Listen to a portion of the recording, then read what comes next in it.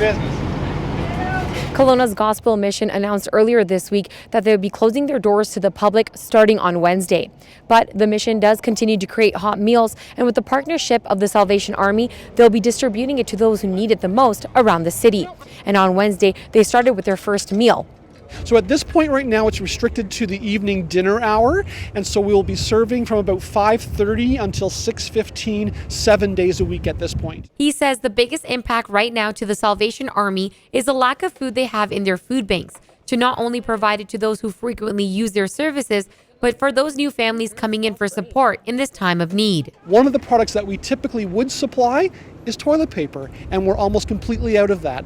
And so we recognize if you maybe have purchased maybe a little too much, and you're recognizing that now, maybe you have a little extra things along the lines of meat, canned meats, things that we all need.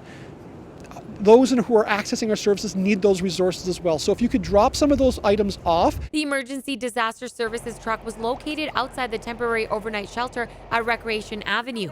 The city says the option was never decommissioned, although infrastructure around the warming tent has been removed. We are working not only with the Kelowna Gospel Mission, other city partners, but we are working with the city as well to say what's going to be the best location for us to be able to do this.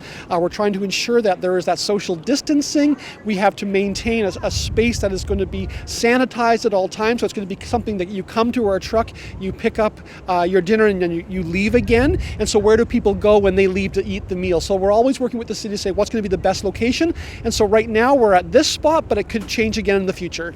They say they anticipate 70 people will receive a hot meal tonight. The Sally Ann Mission and the City of Kelowna are working on a more permanent location. Sarita Patel, Castanet News, Kelowna.